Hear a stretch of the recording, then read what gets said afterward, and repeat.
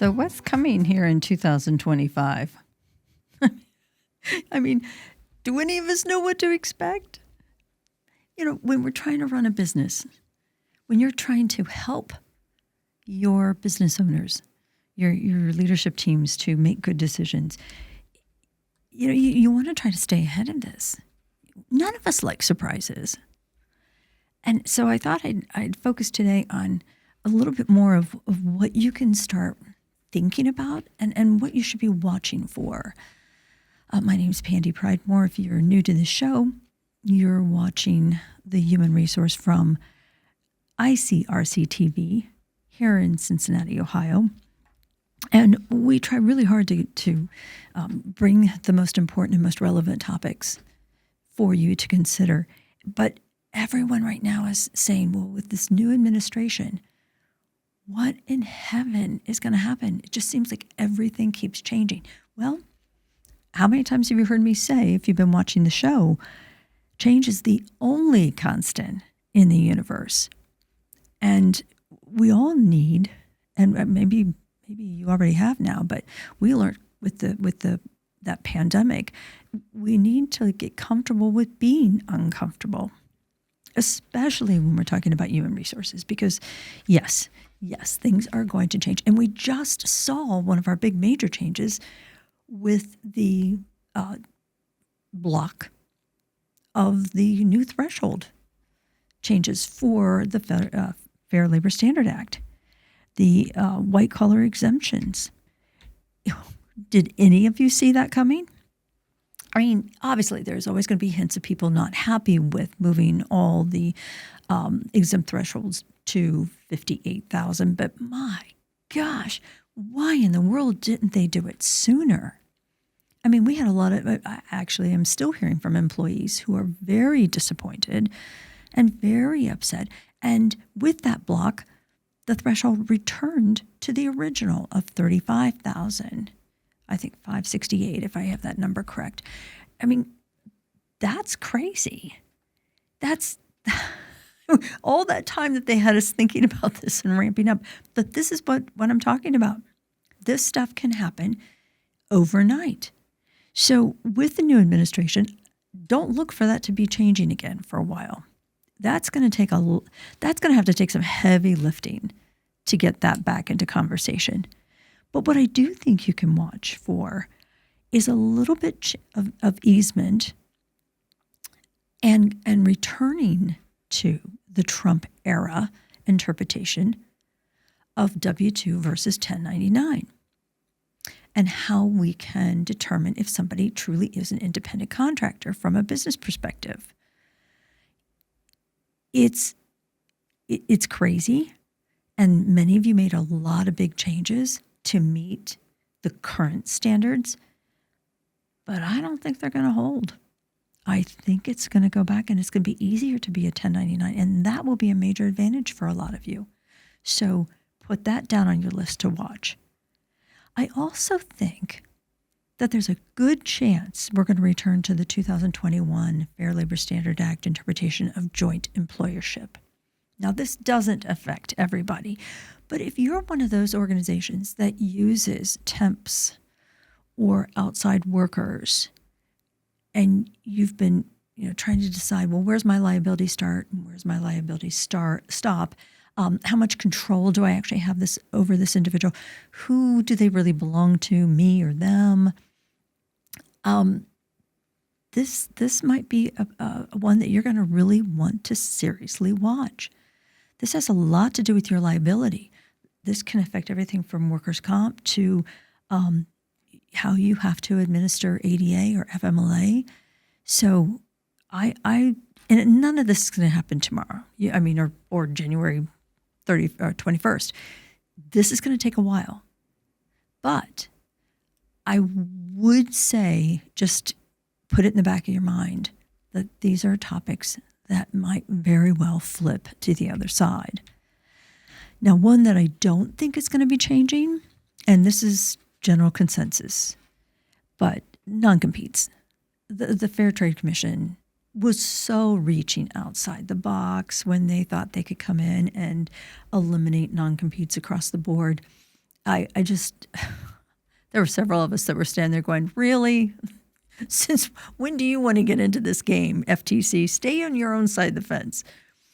But I do say that some attorneys that I'm talking to and have been listening to are now talking about putting some kind of non-compete language post, at the time of termination, once the person's leaving. And that's going to be a legal document. That's a legal conversation. So right now, today, keep the non-competes in place that you have, but also be very focused on non-solicitation language. And that's non-solicitation of your clients, non-solicitation of your employees. Be protecting your proprietary information, trademarks, anything having to do with trade secrets. You want that protection now. And again, these are all legal documents. So I think it's very safe to say, I know if you were listening to the show, you were probably double checking your non-competes, months ago. So if they're in good order, great. If you haven't, and your non-compete has not been reviewed in the past 18 months, I would highly recommend getting that in front of a labor law attorney, not your tax attorney, not your business attorney. Get it in front of a labor law attorney and have him review it. I think a topic that everybody knows is going to be under extreme scrutiny is DEI.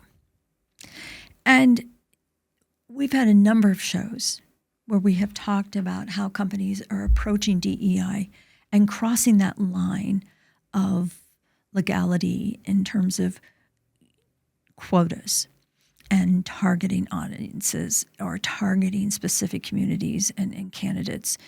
And I just have to say that I think we've hit our wall. There's a limit to what's going to be accepted. We're now seeing more reverse discrimination cases and a lot of talk of such.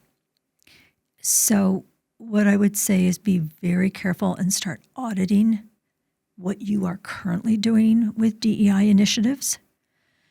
Be thinking very hard about eliminating quotas, but also focusing and staying true to being inclusive and the thought of equality, and stay very, very cognizant of competencies and skill sets. There's going to be a lot of conversation around that topic, and that you can see it in the news almost every day, how many companies are backing away from those programs. But yet we don't want to back away from trying to keep a very inclusive and a very equal, leveled, balanced culture. So stay with us, because we've got a couple more shows that are going to be coming in on that topic alone.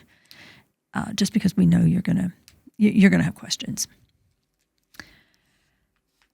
One that people aren't talking about specifically, but one that I'm a little concerned with, is I think there's going to be more scrutiny on employment eligibility. And I'm not talking about the deportations. I'm not talking about that. But I am talking about how laxed and,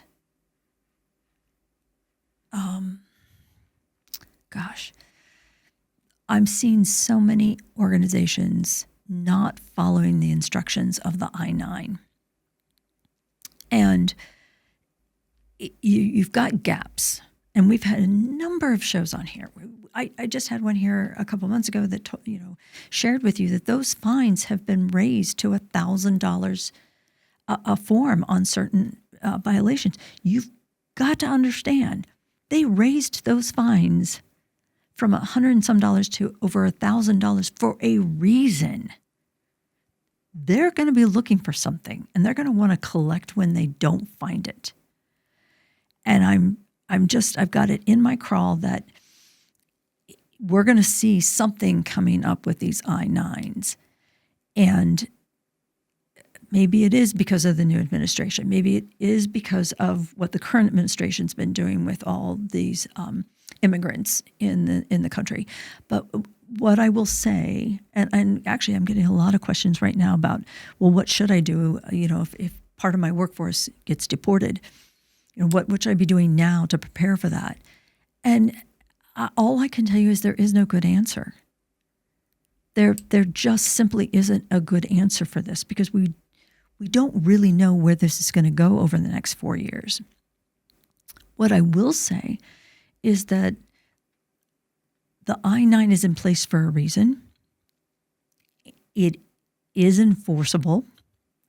And if you're not following those guidelines, if you're not reading the instructions, and I'll go even further. This is one of my pet peeves.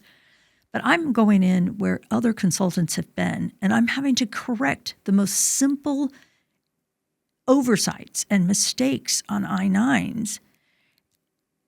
And I shouldn't have to do that. I mean, I shouldn't be able to do that if another consultant's been in there. So just be very careful, because if you do know that you have an immigrant and that I-9 is not either filled out or it's not correct, or that everything that's supporting it is not valid, you need to be talking to your labor law attorney and doing what you can to fix what you can fix. Because I do think that that's going to be something that's going to be, that we're going to be dealing with that here in 2025. And I'll leave it at that. Oh gosh. And the most obvious is some of the changes that the National Labor Relations Board has made here in the last few years.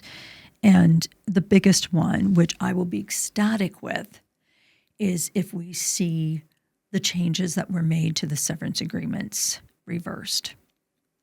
And again, I know it's not going to happen, it may not even happen within the first year of the new presidency, but I foresee when they change the general counsel and they shift the face of the board, I think that's the confidentiality statement and the non-disparagement statements that once existed in severance agreements, which I call them the gag order, but I look for those to come back. And it will actually add credibility back to the severance agreement, which is, that's okay. That's totally okay. Severance agreements were used for a reason. I just worked with an organization the other day on putting together a severance agreement, and it was for a very valid reason. And we wanted this person to have a soft landing. She'd been with the company for over 20 years, but circumstances had changed, and she was unable to come back to work.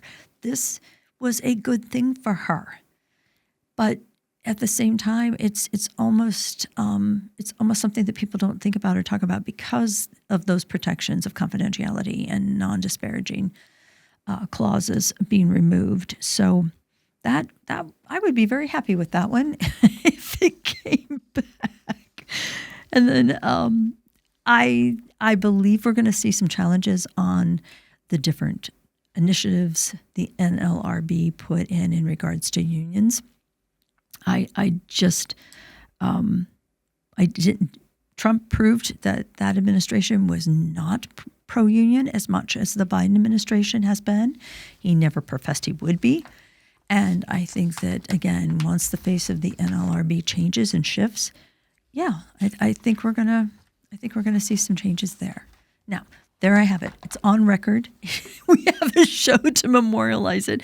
We'll have to wait and see how many of my predictions have come through. And but let me add this too. Don't forget, you've got all the state laws. So here's my prediction for state laws. We're going to continue to see more paid leave, paid family or sick leave. We're going to see more demand for pay transparency. So if you're not putting the pay ranges and the benefits and all that information in your job postings, you might as well just start doing it for every state, because so many of them are converting over to that now. And it's a good thing. Don't fight that. It's a good thing to share.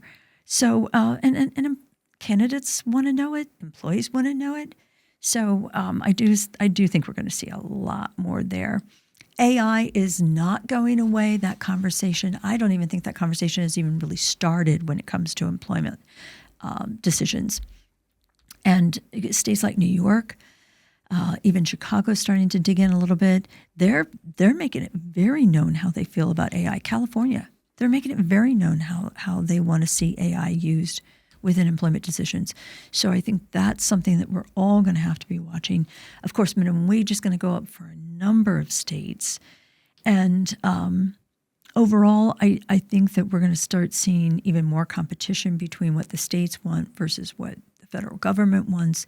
So what does this all mean for you and for me?